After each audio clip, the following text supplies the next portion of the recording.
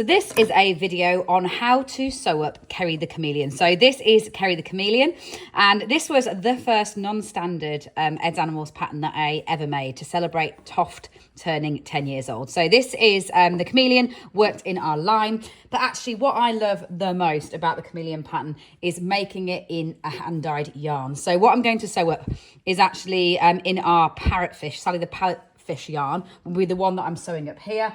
And at the end, I'll show you loads of different variations in all the different hand dyes. So that's what we're aiming for. It will give you tips and tricks on finishing off as you go along, putting all your ends in, and then sewing those eyes on. So a big tip from me would be basically don't do this.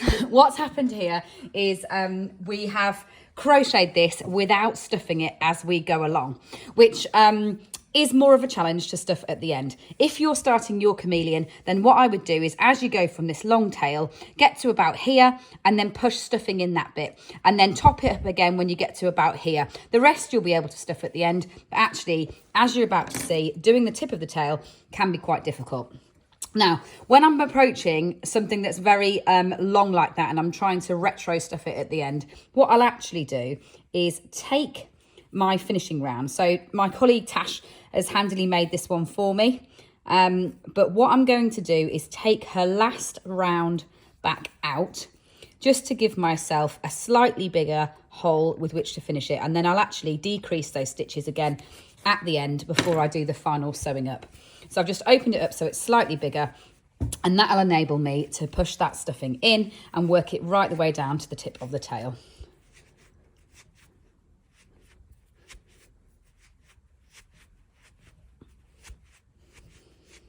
So this is another instance where it's going to be really important to use your hook both sides, because we're going to want to get stuffing down to about here. So what you need to do, put your hook in like that and just tease that stuffing right the way down to the end. So do it bit by bit, basically pull bits off that bit from inside. Wouldn't advise putting small bits in. As you saw, I put in one big kind of not very dense lump so that I can tease out the little bits as it goes down.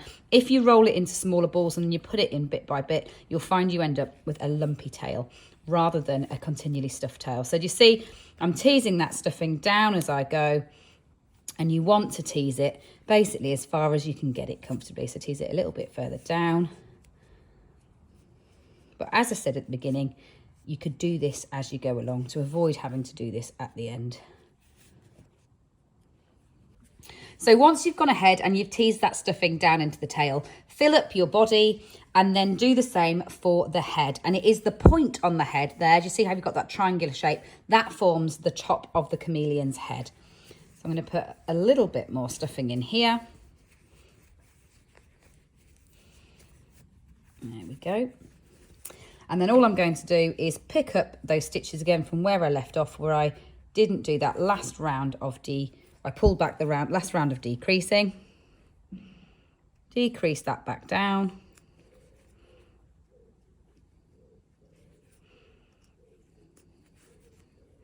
and then we're ready to sew on the legs and the eyes.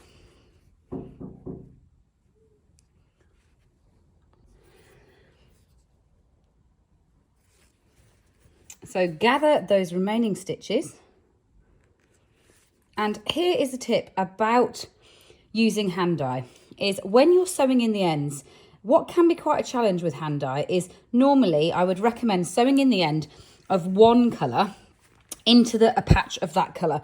But what you need to do with a hand dye is try and do the same thing, but predict where it's going to end up. So if I have a look here, I can see that I'm still going to be in the green section when I'm sewing around a stitch. So I'll come through here, and that way I can just sew around a green stitch. Same thing, I'm in the green, so I'll sew around a green stitch. And that way it is invisible when you're sewing together. And you'll see a bit more of that when I put the eyes on in a second. But talking about that, generally speaking, when you are using a hand dye, when you're using one like this, it obviously has pools of certain colour. And what we refer to pools is when you get a big section of one colour like that. Now, if you wanted your chameleon to be totally stripy. So if you don't like the fact that you get this unevenness of stripes up here and then large pooling of colour, all you need to do while you're crocheting is take out a chunk of colour. So let me try and explain to you what I mean by that. So when you're crocheting with a hand die, if you want to avoid pooling, so do you see how I've got round to this point here and I'm going to be working in the green again, which will mean that I'll get a large block of green rather than continue in stripes. You can't really see it as much in here, but it would also be quite useful when you're doing things like the eyes on the chameleon. I would probably avoid using that darker blue at this point across the eye, because it'll actually look far more effective if the black pupil gets sewn onto the lighter colour section rather than the darker colour. And all you need to do in that instance, so if I decided that I wanted to avoid using this green colour again here, is I just work it like a colour change. So go in, yarn over to this point where I've got my 2 loops on my hook, miss out your green section like that and leave that as a big loop in the back, and just finish your stitch off and jump to your turquoise. So if when you're going along you're finding that you don't like the pulled effects, all you need to do is just do a bit of a reset like that on your colour pattern, and that will mean that you can actually break up those pulls and continue in a striped way. If, like me, you actually enjoy the random element of it being of it doing sections like that, and it's more, I guess, like a natural animal to me and how their markings appear, then I just carry on rather than trying to deliberately cut out those poolings. So when it comes to your legs, you have got plenty of ends to sew in. There's no two ways about that with the chameleon legs. So what you're going to do is just take all of your ends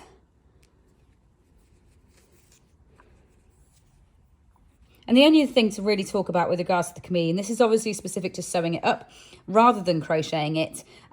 You're going to be crocheting a skinny little round on the end of the tail. So you do start from the tip of the tail and you continue all the way along that head. And the only tip that I can really give is to take your time, because obviously you have got a narrow round with not many stitches on it at the tip. And I wouldn't recommend using a stitch marker until you kind of get up to 10 stitches plus. Instead, I'd be tempted to do what you might have seen me do before with bird's legs or with bird's toes, where it actually tends to be a bit easier to kind of do it in one go. So say it says to do 5 rounds on 5 stitches.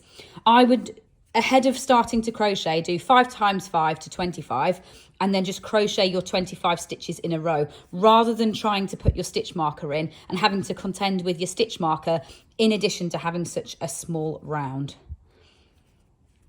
There we go. So what we need to do next, once we've got all of these toe ends in, is put a tiny bit of stuffing into both sides of the feet. And that's just going to make them a little bit more 3D.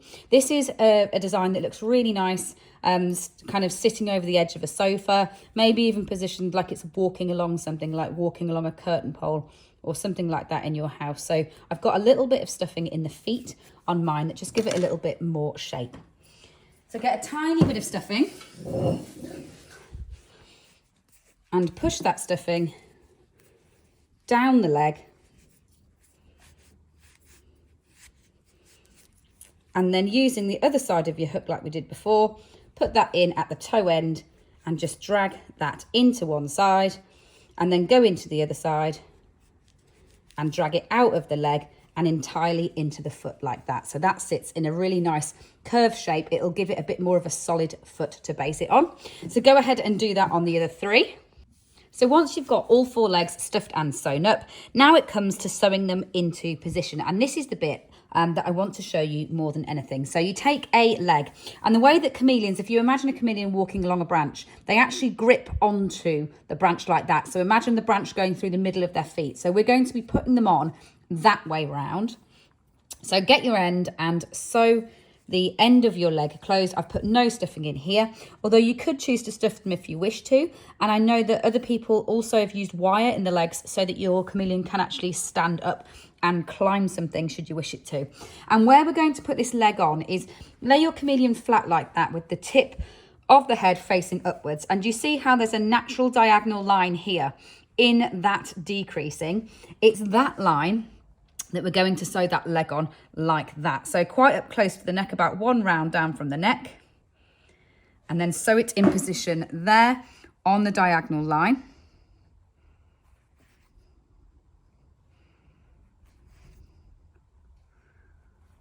And as ever, when I sew a limb on, I'll sew right the way down one side like that. And then I'll flip it over and I will do the other side.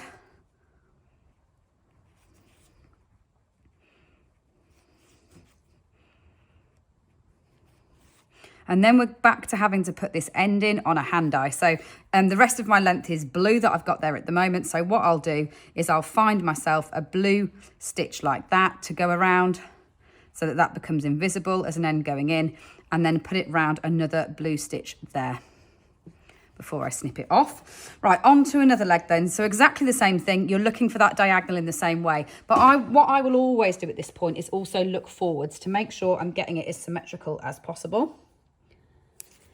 Let's get my leg, hold those flat that way, over sew that end.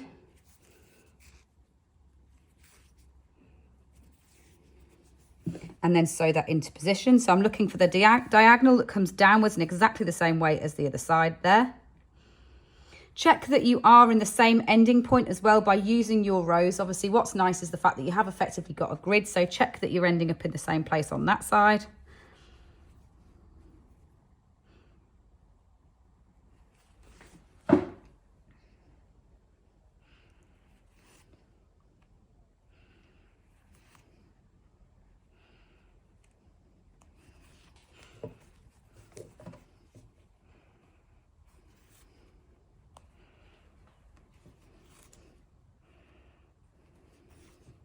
Then when it comes to the back legs, we've got a diagonal in exactly the same way to follow. So put that there.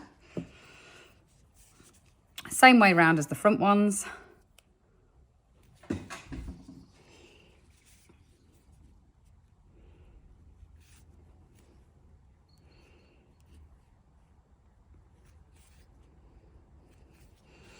And what we're going to do is follow a diagonal. Let me just turn and put that one on first. We're going to follow a diagonal that is here. So do you see how you've got that line across the bottom of the body in your shaping? So you've got a diagonal that comes down from the shoulder like that and then moved backwards like that. This back leg is going to go on there.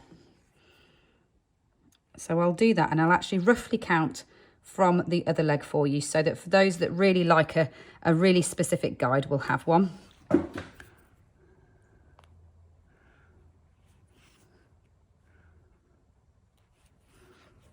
So it's around 1, 2, 3, 4, 5, 6, 7, 8, 9, 10, 11, around 12 to 13 rounds backwards from the end of your front leg is where you'll be putting your back leg on.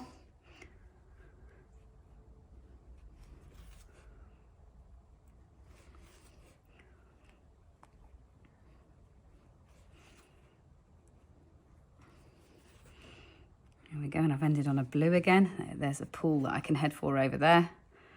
So put that around 2 stitches. Then the last one.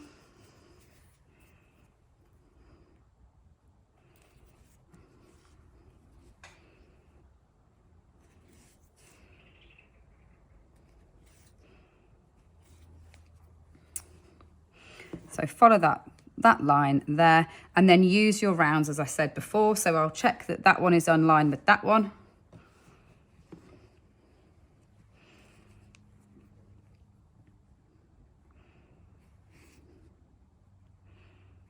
Now you can always use pins. Should this feel, obviously I have made a lot of chameleons as you're about to see in a second, but should this feel hard, you can always use a pin like a blocking pin and you can always pin all 4 limbs in place first and have a good look at it before you commit to actually sewing them on. Also remember that it's not hard to cut them off at the end as well, and this is something that even I, when I've sewn them up sometimes far too late at night, take another good look the next morning and think, oh, that's a bit wonky. The lovely thing is that you can cut them back off again and always put them back in place afterwards. That's on there. So I'm looking for a turquoise stitch this time because I've got a turquoise yarn.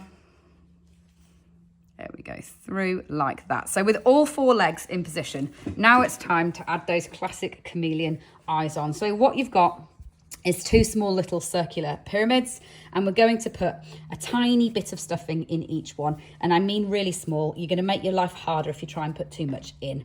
So a tiny little bit of stuffing in each one. and push that down a little bit because we are going to sew around the edge.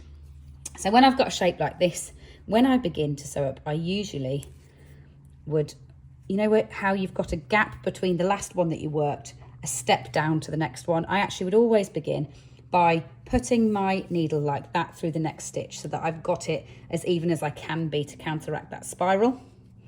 Then take your eye like that, and I'm going to get this one in front of me to make sure we're matching it up. And we're going to be putting our eye on our chameleon about there. So hold it in position. Again, you could pin it if you wanted to, if that would make it easier. And on a piece like this, I'm going to back stitch around. So I'm going to come in, up and through that next stitch there, and then back down the one that I've come out of. So then I'm going to go up again into that one there, and then back down and around. And I'm going to back stitch all the way around, which will just give me a nice neat attachment of that eye rather than over sewing in the way that I've put the legs on. So go like that, back down,